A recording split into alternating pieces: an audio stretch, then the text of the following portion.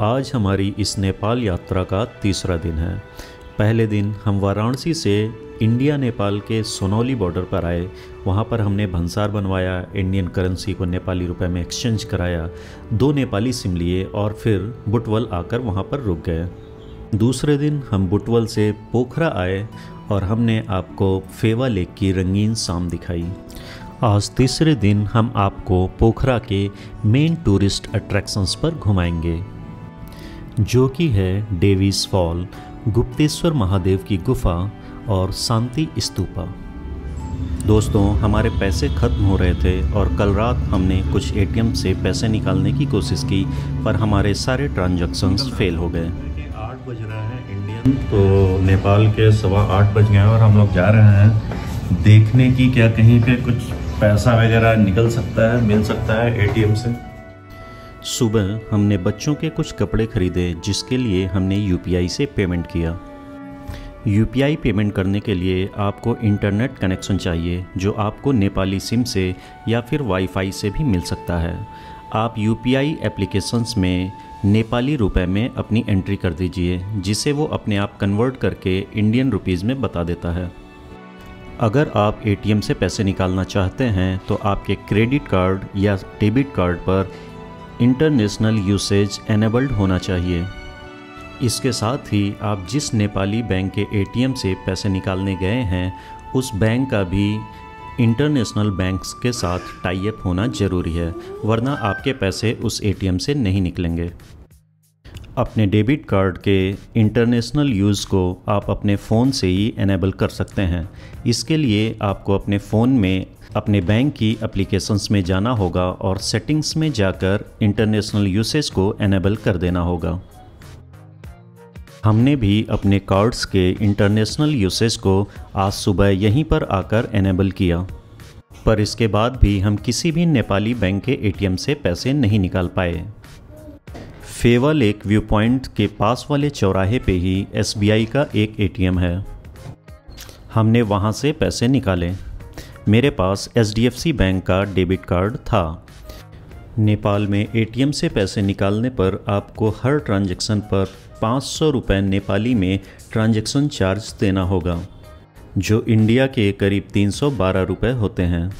ध्यान रखिएगा दोस्तों, ये ट्रांजैक्शन चार्जेस आपके ट्रांजैक्शन अमाउंट पर निर्भर नहीं करते। आपको हर ट्रांजैक्शन पर इतना ही चार्ज देना पड़ेगा, चाहे आप 1000 रुपये निकालें, चाहे 15,000 या 20,000। मैंने 20,000 तक का अमाउंट डाला, जो आराम से निकल गया। 500 रुपये ट्रांजैक्शन लगा और 10,000 नेपाली लगा। थोड़ी ढंग का करेंसी देखने को मिली, वरना अब तक सब पुरानी करेंसी हम लोग को दिखा रहे थे। पहली बार 1000 का नोट भी देखा हमने। हाँ, तो बहुत खुश है इस हम लोग, बहुत खुशी, क्योंकि हमारा जो है एसबीआई का एटीएम मिल गया। और यहाँ हमने नेपाल के इतने एटीएम में कोशिश करी, लेकिन नहीं निकला। काम अपना इंडियन बैंक ने ही किया है। तो नेपाल एसबीआई का एटीएम यहीं चौराहे पे है, जहाँ पे फेवा लेक व्यू पॉइंट है, उसी चौराहे पे लेफ्ट साइड में है, कॉर्नर पे।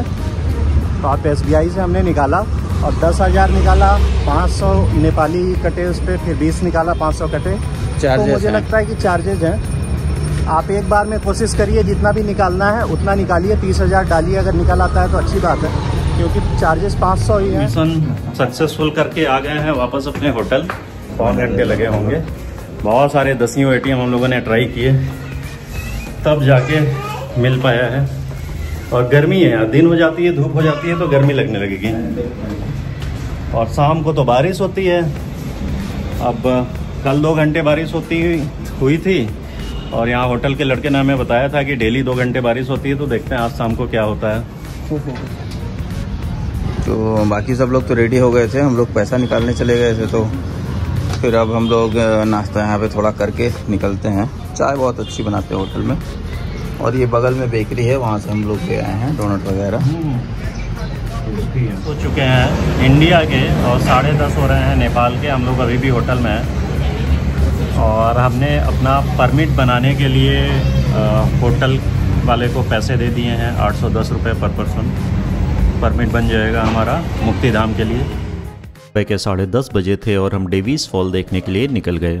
जब आप पोखरा में एंट्री कर रहे होते हैं तो डेवीज फॉल आपको लेफ्ट साइड और राइट साइड में गुप्तेश्वर महादेव की गुफा मिलती है।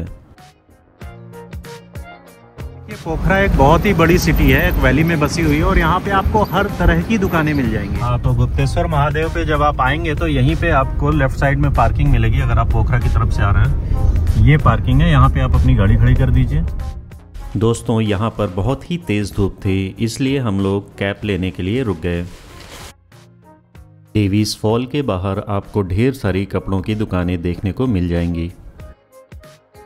दोस्तों, अगर आप बाइक या स्कूटी रेंट पर लेना चाहते हैं तो ये सुविधा भी आपको यहाँ पर उपलब्ध है। स्कूटी करीब 1000 नेपाली रुपए और 1500 या 2200 रुपये नेपाली में आपको बाइक मिल जाएगी। पोखरा की खूबसूरती सिर्फ उसके पहाड़ों और झीलों में नहीं है, कुछ रहस्य भी इसके भीतर छिपे हैं और डेवीज फॉल के इतिहास में एक ऐसा ही रहस्य है। नेपाल में इसे पताले छांगों के नाम से जाना जाता है, जिसका मतलब है पाताल का झरना। पर इस झरने का नाम डेवीज फॉल एक दुखद घटना के बाद पड़ा। 1961 में एक स्विस जोड़ा पोखरा घूमने आया था। झरने में स्नान करते समय पानी का बहाव अचानक से तेज हो गया, जिससे मिसेस डेवीज बहकर गहरे गड्ढे में समा गईं। एक लंबे और कठिन खोज अभियान के बाद 3 दिन बाद उसका शव फुसरे नदी से बरामद हुआ। बाद में जब मिसेस डेवीज के पिता उस स्थान पर आए तो उन्होंने अपनी बेटी की याद में इस झरने का नाम डेवीज फॉल रखने की इच्छा जताई और तब से ही ये डेवीज फॉल के नाम से भी जाना जाने लगा। तो हमें 4 टिकट चाहिए, तो 600 नेपाली। 600 नेपाली। 600 नेपाली। 4 टिकट मिल गया हमें डेविल्स फॉल का। फिर से अगर आप जून में पोखरा आ रहे हैं तो इतनी ज़्यादा धूप रहती है, बहुत ज़्यादा धूप है, आपकी स्किन जल जाएगी, तो इस तरह की एक कैप लेकर ज़रूर आइए यहाँ पे। दोस्तों, जून के मौसम में तो यहाँ काफ़ी कम पानी था, पर मानसून के मौसम में पानी के तेज़ बहाव के कारण यह झरना काफ़ी मनमोहक और शक्तिशाली दिखाई देता है।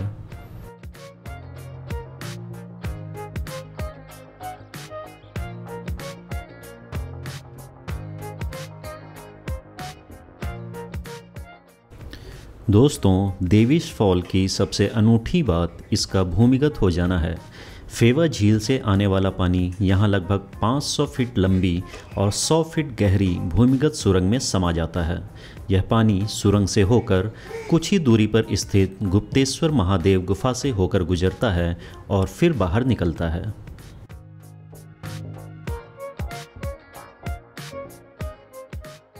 झरने के पास ही एक विश्राम स्थल और छोटा सा पार्क बना हुआ है।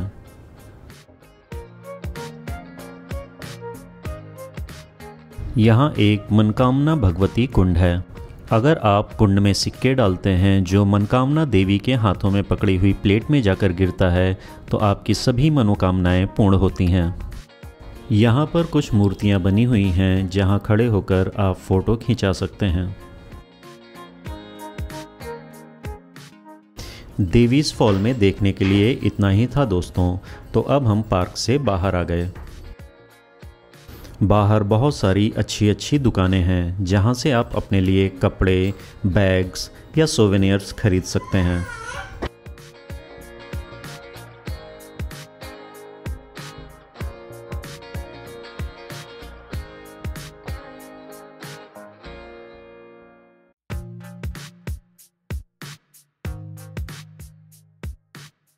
नहीं होता है वाइब्रेशन भी अपडेट होता है। ये लेना डेवीज फॉल के ठीक सामने सड़क के पार एक और रहस्यमयी दुनिया छिपी हुई थी, जो है गुप्तेश्वर महादेव की गुफा।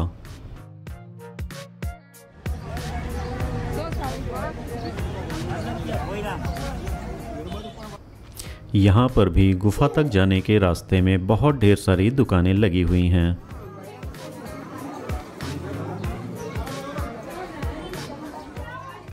दोस्तों, गुफा देखने के लिए भी आपको टिकट लेना होता है। टिकट का शुल्क नेपाली विद्यार्थी, नेपाली नागरिक और इंटरनेशनल विजिटर्स के लिए अलग अलग है। नेपाली नागरिकों के लिए 50, नेपाली विद्यार्थियों के लिए 35 और इंटरनेशनल विजिटर्स के लिए 100 रुपये नेपाली का टिकट है। 5 साल से छोटे बच्चों का यहाँ कोई भी शुल्क नहीं लगता।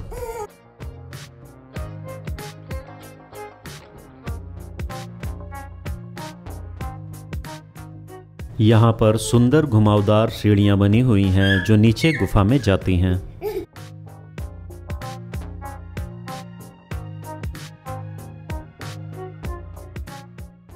दोस्तों, यहाँ पर लिखा हुआ है don't take off your footwear, पर सभी लोग अपने जूते चप्पल उतार कर जा रहे थे तो हमने भी अपने जूते उतार दिए। घुमावदार सीढ़ियों से उतरने के बाद आप गुफा के छोटे संकरे मुहाने पर पहुँचते हैं। गुफा के अंदर जाते ही माहौल बदल जाता है। यहाँ चारों तरफ नमी ठंडक के साथ थोड़ी सी उमस भी रहती है। गुफा में प्रवेश करते ही आपको गुप्तेश्वर महादेव का मंदिर दिखता है, जिसमें प्राकृतिक चूना पत्थर से बनी हुई एक शिवलिंग की आकृति है। मंदिर के बाईं तरफ से गुफा में और नीचे जाने का रास्ता बना हुआ है। हर हर महादेव, हर हर महादेव, हर हर महादेव, हर महादेव, हर हर महादेव। ये बोल दो उनको।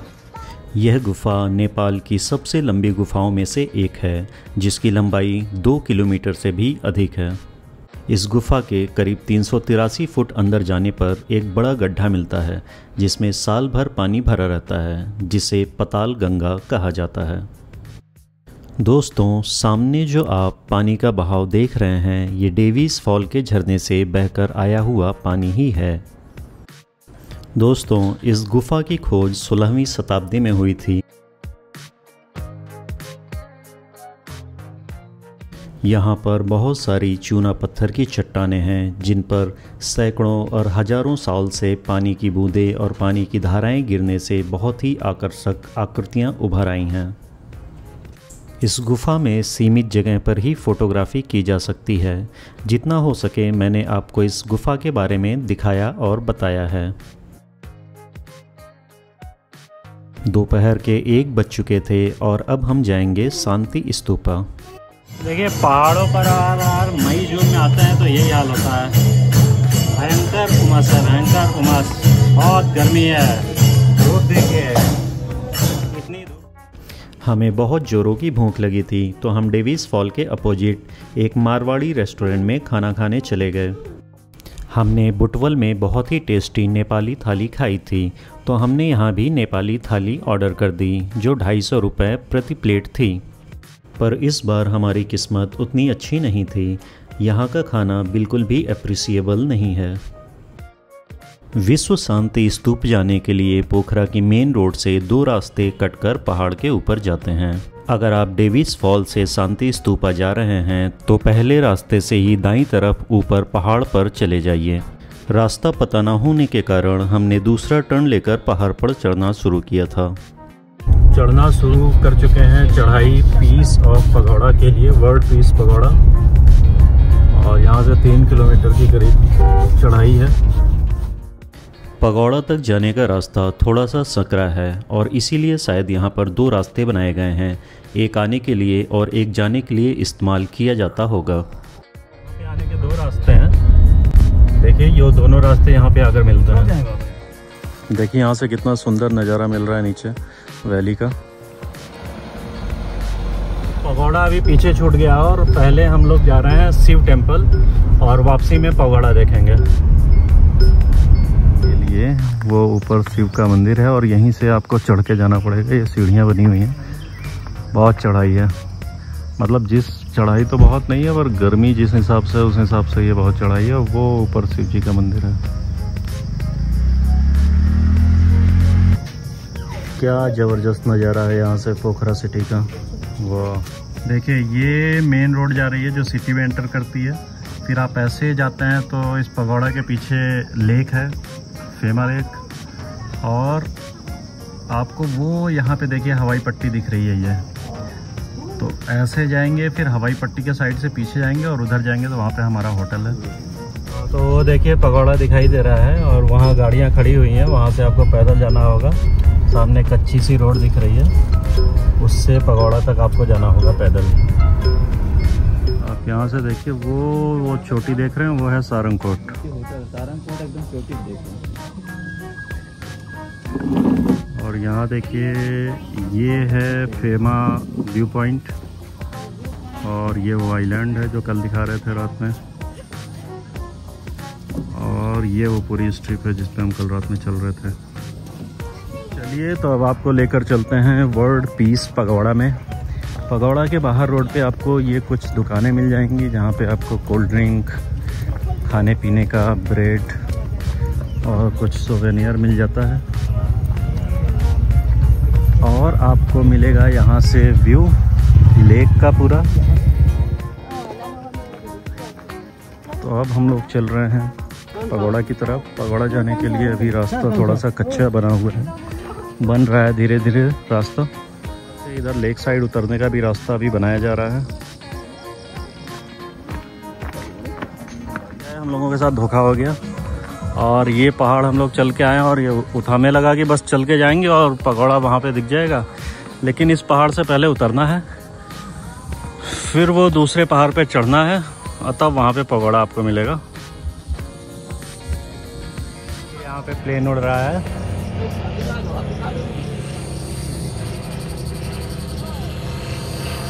ग्लाइडर है ये, मोटर ग्लाइडर।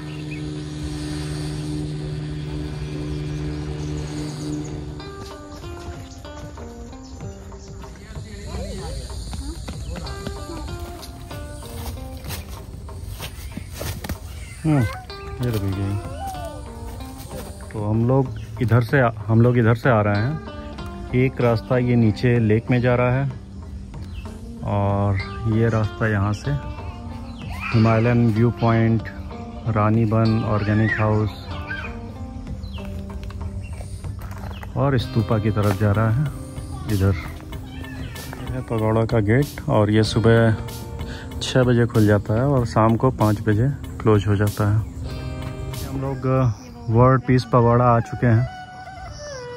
आपके सामने पगोड़ा है, चारों तरफ ढेर सारे फूल लगे हुए हैं, हरियाली है, बहुत ही सुंदर बनाया गया है।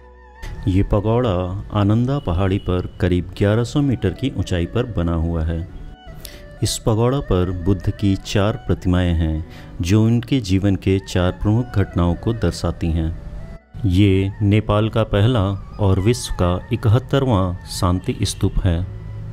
दोस्तों, शांति स्तूपा का विचार एक जापानीज बुद्धिस्ट मंक के मन में 1947 में गांधी जी से मिलने के बाद आया था, जिनका नाम था निची दात्सु फूजी। यहाँ से फेवा लेक और पूरे पोखरा शहर का पैनोरेमिक दृश्य देखने को भी मिलता है। साफ मौसम में आप यहाँ से पूरी अन्नपूर्णा रेंज, धौलागिरी और माछा पोछे जैसे पर्वतों को बहुत आराम से देख सकते हैं।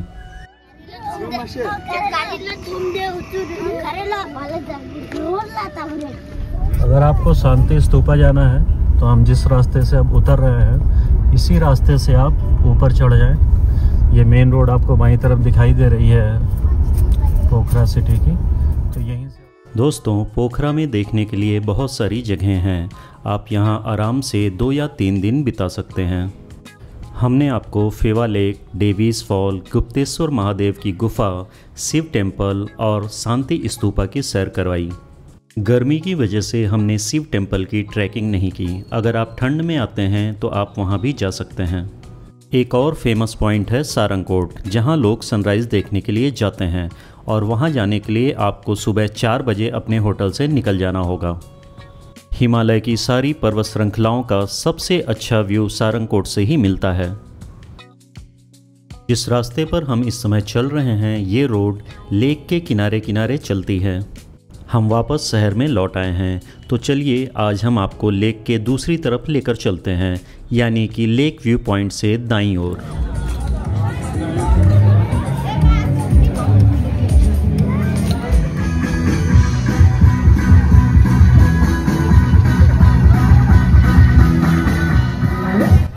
यहाँ पर भी बहुत सारे रेस्टोरेंट्स हैं जिनमें देसी विदेशी टूरिस्ट लोकल बैंड्स की धुन पे थिरकते दिखाई देते हैं।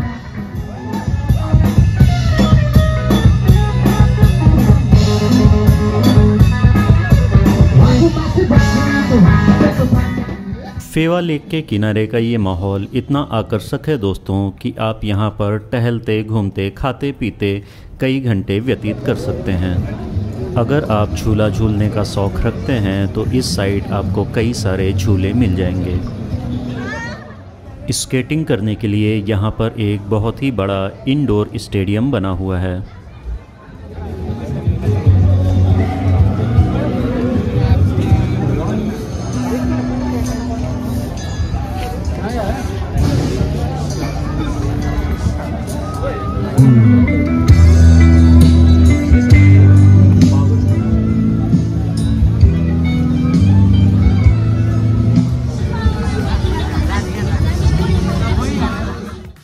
दोस्तों, हमारे होटल वाले ने हमारे लिए लोअर मस्टैंग वैली का परमिट बनवा दिया था, तो कल हम आप लोगों को ले चलेंगे लोअर मस्टैंग वैली और दिखाएंगे खूबसूरत सालीग्राम टेम्पल और मुक्तिनाथ मंदिर।